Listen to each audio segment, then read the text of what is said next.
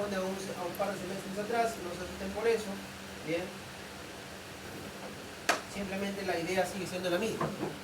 Y para los que vieron y para los que no vieron, la preclase acaba con esta pregunta, bien. Se tiene un paciente mayor, un paciente adulto mayor, se refiere deshidratado por diarreas y restricción hídrica que desarrolla injuria renal aguda prerrenal, bien. Eso significa que básicamente le está llegando, lo que está afectando es el riñón, pero no por causa del riñón, sino por poco volumen sanguíneo, bien. Sabiendo que el flujo sanguíneo renal es aproximadamente 1200 mililitros por minuto, es un dato, ahorita para ustedes es un dato, más adelante lo van a tener que tener en mente, y que este flujo, o sea, está llegando menos, bien, ¿qué factores de la ley de Ohm y de Poiseuille se modificaron? Entonces, lo primero es, ¿qué cosa es esa ley de Ohm? ¿Qué cosa es esa ley de Poiseuille? Bien. ¿Quién me puede apoyar con lo que ya revisó de la ley de Ohm? ¿Qué cosa sería en sus palabras? El flujo es directamente proporcional a la diferencia de presiones y inversamente proporcional a la resistencia. Muy bien, doctora. Excelente. Eso es en buena cuenta la ley de Ohm. Nos explica cómo fluyen, valga la redundancia, los fluidos. ¿Y por qué es importante eso? Porque nuestra sangre se comporta como un fluido. ¿Bien? Entonces, va a ser mucho más fácil que la sangre avance si es que hay una diferencia de presión, y esa diferencia de presión se crea.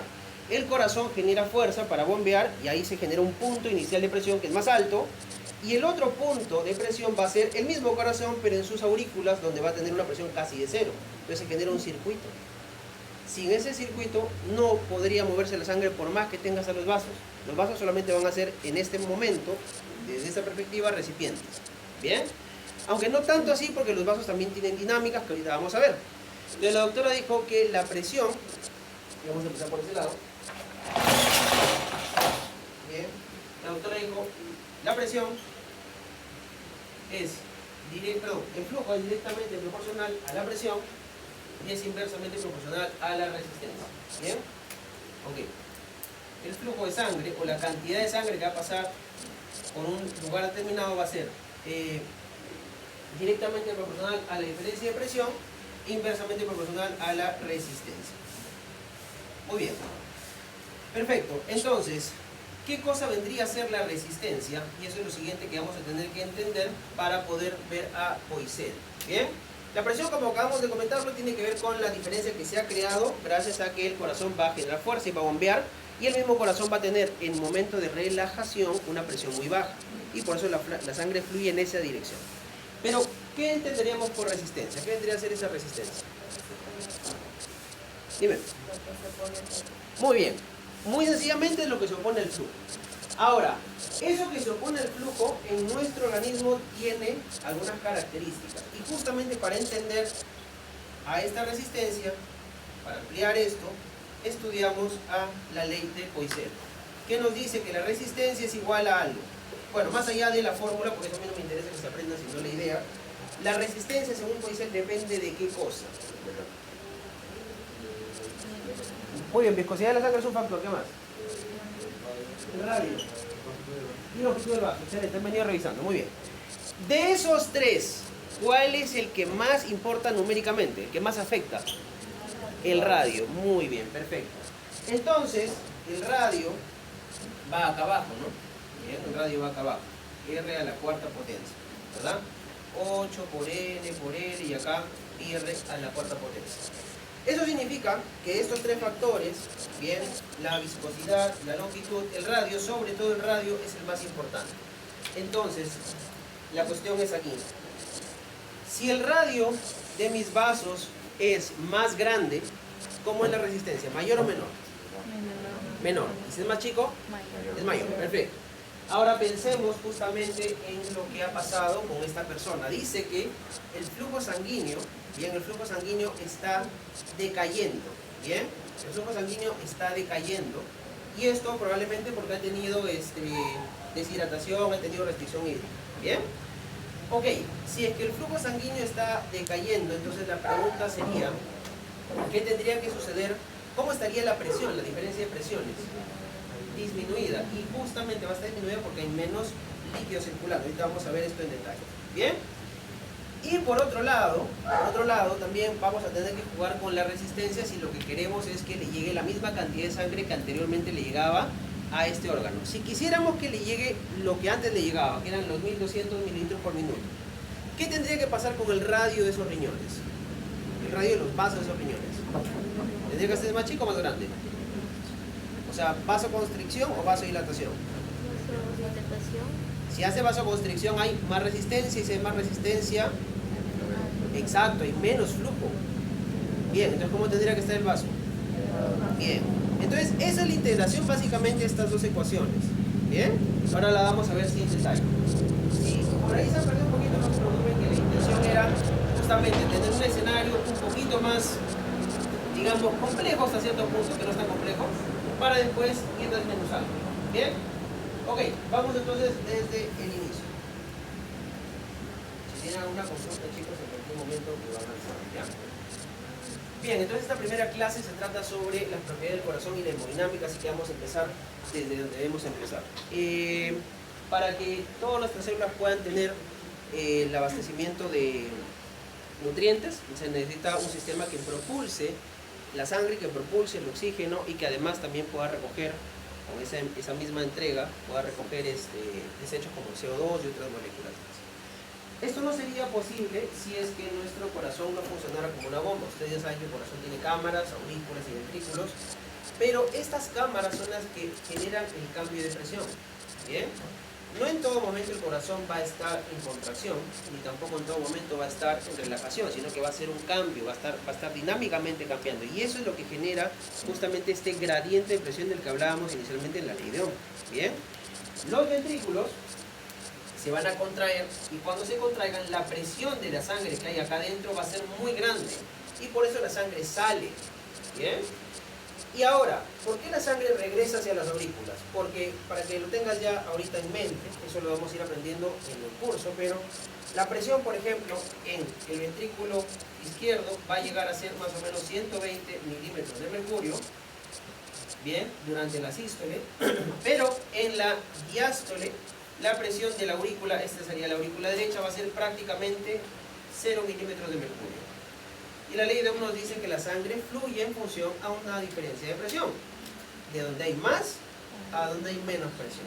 Siempre es en esa dirección. Por eso es que la sangre va de este lado, del ventrículo izquierdo, hacia la aurícula derecha. Y no va al revés. Ahora, si es que nosotros queremos que de la aurícula derecha, mira, si has entendido esta ley, vas a entender lo siguiente.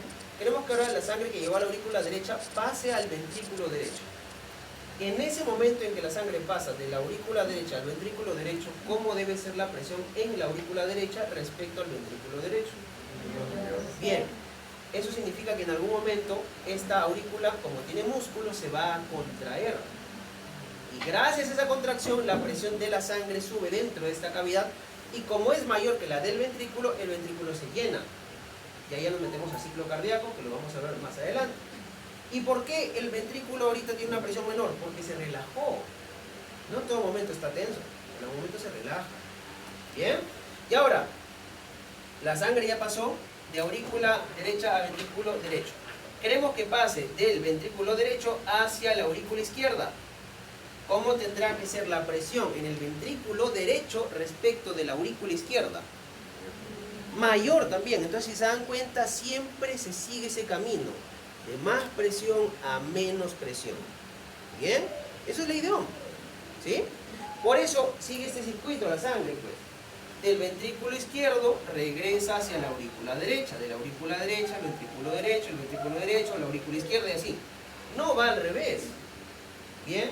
Pero podría. ¿Bien? Por ejemplo, mira, ¿qué pasaría si la presión aquí en esta aurícula izquierda fuera demasiado alta, más de lo normal? ¿Podría fluir con facilidad la sangre del ventrículo derecho a la aurícula izquierda? No. ¿Qué pasaría con esa sangre que no logró meterse a la aurícula izquierda? Ah, y eso es algo que vamos a estudiar, porque es una patología. Si es que esta aurícula izquierda empieza a aumentar su presión y puede aumentar por diferentes razones, entonces la sangre se va a quedar atascada en la circulación pulmonar, puede congestionarme el ventrículo derecho y ya hice una insuficiencia cardíaca derecha. Entonces, sigue obedeciéndose a la ley de la presión, o sea, la sangre va a donde hay más presión, a donde hay menos presión. Este concepto, guárdenlo en su cabeza, porque cuando estemos en digestivo y veamos la circulación del hígado, también vamos a aplicar esto para cuando tengamos que ver circulación portal y cirroides y cirrosis y varias otras cosas más. ¿Bien? Ok, entonces esto solamente para ejemplificar por qué la sangre fluye en el sentido que fluye. Perfecto. Ahora, para que el corazón pueda hacer esto, ¿sí? Necesita algunas propiedades. ¿Sí? Necesita algunas propiedades. Como nos hemos dado cuenta, el corazón necesita generar fuerza para producir presión y poder eyectar. ¿Bien? Esa propiedad de generar fuerza se llama inotropismo. Es la capacidad que tiene el corazón para generar fuerza, inotropismo. ¿Bien? Ahora, ¿será suficiente con que el corazón haga esto una sola vez para entregar sangre a todo el cuerpo? ¿Un solo latido? No, tiene que hacerlo repetidas veces, ¿verdad? Entonces, ¿cómo sabe cuántas veces tiene que contraerse y relajarse? O sea, una frecuencia. Tiene otra propiedad que se llama automatismo o cronotropismo. Acá está, cronotropismo. Entonces, el cronotropismo yo lo evidencio en forma de la frecuencia cardíaca. La frecuencia cardíaca es la manera de evidenciar que hay cronotropismo. ¿Bien? La manera como yo evidencio que hay inotropismo es cuando mido cuánta sangre eyecta el corazón en cada latido. A eso le llamamos volumen sistólico. El volumen sistólico será el reflejo del inotropismo. Si hay más inotropismo, va a haber más volumen sistólico, más volumen que se eyecta en cada latido. Si hay más cronotropismo, habrá más frecuencia cardíaca. Estas propiedades, por si acaso, pueden ir hacia arriba o hacia abajo, porque también puede haber un cronotropismo negativo y la frecuencia cardíaca bajaría. ¿Bien? Si yo multiplico finalmente la cantidad de veces que late el corazón por la cantidad de sangre que eyecta cada vez, tendría todo lo que eyectó el corazón. Eso se llama gasto cardíaco. ¿Muy bien? Ahora, ¿será suficiente con que el corazón se contraiga? No, necesito que se relaje, porque si no se relaja no se puede llenar. Bien, esa propiedad se llama lusitropismo, capacidad de relajación. Bien, lusitropismo. Bien, ahora necesitamos otra propiedad más, porque el corazón está conectado eléctricamente. Bien, y de hecho nosotros vamos a estudiar el sistema de conducción eléctrica. Y la velocidad con la que se conducen esos impulsos eléctricos también es una propiedad del corazón. Se llama dromotropismo. Bien, si el cableado fuera más rápido, el corazón podría también ir más rápido y tener más frecuencia también o menos frecuencia, dependiendo de cómo vaya este cableado. Ya lo vamos a estudiar cuando estemos viendo el café. Bien, dromotropismo. Y finalmente, pero no menos importante, la propiedad del vasotropismo está relacionado a la capacidad que tiene para ser estimulado. ¿Qué quiere decir esto? Que el corazón va a ir a una frecuencia que ya está determinada, pero si es que yo lo estimulo, por ejemplo, con estrés, el corazón va a aumentar su frecuencia cardíaca o la puede reducir. O sea, responde. ¿Sí? Ok, estas son sus 5 propiedades importantes entonces, como estamos viendo. ¿Bien? Y resumiendo 2 de las anteriores, acá está lo que tiene que ver con el gasto cardíaco. Bien, el gasto cardíaco es la multiplicación de 2 parámetros importantes. ¿Sí? El volumen sistólico y la frecuencia cardíaca. Si yo multiplico esos dos, tengo la cantidad de sangre que eyecta el corazón en un minuto. Y por cierto, este gasto cardíaco, chicos, es lo que en la ley de Ohm nosotros podemos entender como flujo. ¿Bien? Porque es lo que el corazón eyecta en un minuto. ¿Bien? Ahora, ¿de qué depende ese gasto cardíaco? De diferentes determinantes, como por ejemplo, la cantidad de sangre que se llena al final en el ventrículo con respecto a la cantidad de sangre que queda después de la eyección. A esto se le llama volumen telediastólico, la cantidad de sangre que hay al final del llenado, y volumen telesistólico es la cantidad de sangre que queda después de haber hecho la expulsión de sangre. Si yo resto los dos, obviamente tendría lo que se expulsó, que se llama volumen sistólico. ¿Bien? Luego tenemos, por supuesto, la frecuencia cardíaca, que va a depender de la interacción de 2 sistemas que ustedes también en parte ya conocen, el sistema simpático y el parasimpático. Bien, el simpático va a tener un efecto de cronotropismo positivo, o sea, aumenta la frecuencia. Y el parasimpático de cronotropismo negativo, que disminuye la frecuencia, pero tenemos que estudiar también cómo lo hace. Bien, para eso van a utilizarse algunos neurotransmisores y algunos receptores especiales. Bien, entonces más o menos valores usuales del volumen sistólico, unos 70-80 mililitros por cada latido, y de la frecuencia cardíaca más o menos también entre 60 y 100 latidos, pero usualmente está entre 70 y 80. Bien, si multiplicamos estos dos, bien, 70 por 70 por ejemplo, nos va a dar los famosos casi 5 litros de gasto cardíaco que tiene el corazón. Y esto es un valor que tiene el humano independientemente de la edad, incluso ya una vez que alcanza la adultez. Bien, por supuesto que varía en función al tamaño corporal, el varón tiene un poco más que la mujer, pero de manera general vamos a decir que el gasto cardíaco es 5 litros por minuto. Bien, esos 5 litros tienen que repartirse a lo largo de todo el cuerpo. Bien, porque no es que esos 5 litros van a ser distribuidos de forma equitativa, o sea, si tenemos 5 órganos, no es que a cada órgano le voy a dar el 20%, no funciona así. Bien, la cantidad de sangre que se va a destinar para cada órgano va a estar en función a sus necesidades metabólicas. Y esto va a estar relacionado justo con lo que estábamos comentando de la resistencia. Vamos a ver por qué. Bien. Ok, ya está el gasto cardíaco aproximado. Bien, 5 litros por minuto más o menos. Muy bien. Ahora sí vayamos a lo que estábamos comentando hace un ratito de las leyes de la parte de hemodinámica, la ley de Ohm y la ley de Poiseuille. Bien. Ok. Entonces, para explicar bien y directamente esto, vamos a hacer lo siguiente. Bien. Entonces, lo primero es la ley de Ohm, que ya la hemos estado comentando hace un rato, que nos explica que esta sangre va a fluir gracias a que hay una diferencia de presión. Hay una presión número 1, una presión número 2. La presión número 1 debe ser mayor que la presión número 2 para que la sangre vaya en este sentido. Si la presión número 2 fuera igual que la presión número 1, no se mueve la sangre. Y si más bien fuera mayor, se mueve en el sentido inverso. Recuerden eso siempre. Pero no solamente depende de eso, sino como dijo su compañera, de que hay una fuerza que usualmente se opone a este movimiento. A esa fuerza, exacto, que se opone a este movimiento, que va en contra de este movimiento, le llamamos resistencia. ¿Bien? Entonces de ahí salió la famosa ley de Ohm, que nos dice Ohm, que el flujo sanguíneo, ojo, flujo no es velocidad, el flujo es cantidad por unidad de tiempo. Bien, el flujo, bien, va a ser directamente a esta diferencia de presión, que sería básicamente presión 1 menos presión 2, bien, dividida entre la resistencia. ¿Sí? Y de ahí integramos las ecuaciones para que vean que al final sale una cosa que es bastante deducible. Muy bien. Entonces, lo que tenemos que ir recordando de aquí, fuera de la ecuación, es lo siguiente.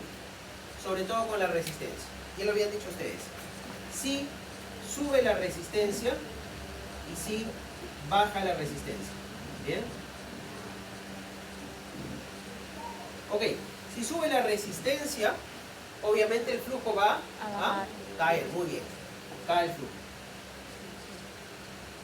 Y al revés, si cae la resistencia, sube el flujo. Para nosotros, que suba o baje la resistencia va a depender principalmente, pero no exclusivamente, del radio, como ya lo dijeron ustedes. ¿Bien? O sea que cuando hablemos del cambio del flujo, básicamente nos interesará qué tanto cambió el radio del vaso sanguíneo. Y en particular de un vaso sanguíneo especial, que son las arteriolas. ¿Bien? Las arteriolas son las que dominan esa resistencia, por una razón en particular. En su capa, bien, en sus diferentes capas tienen una capa interesante de músculo liso que tiene capacidad de contraerse. Bien, no tanto así, los capilares no tienen capa de músculo liso, solamente tienen capa endotelial. No tanto así, por ejemplo, las arterias de gran calibre, ni tampoco las venas, o sea, ellas no. Las que hacen esta resistencia son, recuerden, las arteriolas. ¿Por qué va a ser importante eso? Porque ahí es donde actúan justamente los fármacos que intentan bloquear, por ejemplo, el receptor de angiotensina 1. Bien, ahí por ejemplo van a actuar para intentar reducir esa resistencia. Bien, ok, esto es lo primero. Ahora, lo segundo es qué cosa era esa resistencia. Y ya lo habíamos dicho que la resistencia, según Poiseuille, era 8 multiplicado por L multiplicado por L sobre pi del radio a la cuarta potencia. El 8 es una constante, no va a cambiar, así que te puedes olvidar del 8. El L, que es la longitud, no va a cambiar y estás viejo, tu longitud de vasos sanguíneos va a ser la misma. Entonces las únicas dos variables que nos importan son la viscosidad, el N, y el radio. El pi también es una constante. Pero nota que el radio está a la cuarta potencia, lo que significa que si el radio cambia, aunque sea un poquito, la resistencia cambia 16 veces. Por eso es que el radio es el que más nos importa. ¿Bien? Y recuerda que la relación es inversa, ¿sí? Entonces, lo que tienes que recordar aquí, básicamente, ya lo habíamos dicho, es que si aumenta, ahora sería R chiquita para ese radio, o si disminuye la R chiquita que es el radio. ¿Bien? Si aumenta el radio, o sea, si hay vasodilatación, hay menos resistencia. Pero si hay menos resistencia, también había más flujo. Eso es lo que tienes que acordar. ¿Bien? Y al revés, si hay menos radio, significa que hay vasoconstricción, bien, va a haber más resistencia. Y por lo tanto, menos flujo. Y ahora, tú miras, ¿para qué es importante todo eso? Porque te acuerdas que había un gasto cardíaco que era 5 litros, ya esos 5 litros no alcanzan para todos en la misma proporción. Entonces hay que jerarquizar, ¿sí? A algunos órganos vamos a tener que darle un poco más de sangre y a otros menos. ¿Bien? Entonces, vamos a diagramar esto para que veas cómo se va a aplicar la resistencia. ¿Bien? Entonces acá va a estar tu corazoncito, ¿bien? Este es el corazón. Por acá va a estar su aorta. Y por aquí, por la aorta, está saliendo inicialmente el 100% del gasto cardíaco. O sea, en otras palabras, los famosos 5 litros por minuto más o menos que ya hemos visto de dónde salen. Esos 5 litros por minuto tienen que distribuirse en diferentes órganos. Yo no voy a poner a todos los órganos del cuerpo, pero voy a poner solamente algunos. Por ejemplo, voy a poner al cerebro.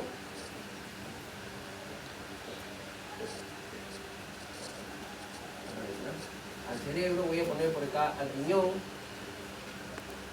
Voy a poner acá al músculo. Y por aquí voy a poner al tejido gastrointestinal, o sea, básicamente todo el sistema digestivo. ¿Bien? Tenemos 4 nada más. ¿Bien? No vamos a dividir los 5 litros entre 4, sino que van a llevarse repartijas distintas. Por ejemplo, cuando estamos en el reposo, el riñón se lleva más o menos un 20 a 25% del gasto cardíaco. El cerebro se va a llevar más o menos casi un 20% del gasto cardíaco. Bien, el músculo otro tanto y el gasto intestinal otro tanto. Vamos a ponerle acá, que son variables los valores, ¿sí? Vamos a poner acá más o menos un 15%. Y por ahí el músculo, bueno, es menos en realidad de lo que voy a poner por acá. Supongamos que fuera, ¿cuánto nos estaría faltando? 50, ¿no? Ok.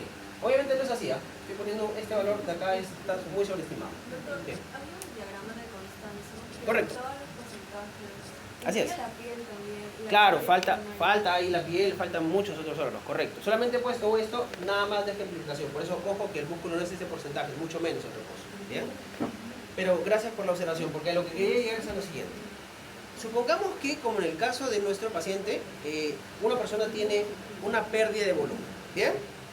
Y ya no tenemos 5 litros, sino que hemos pasado a tener 3 litros por minuto. ¿Bien?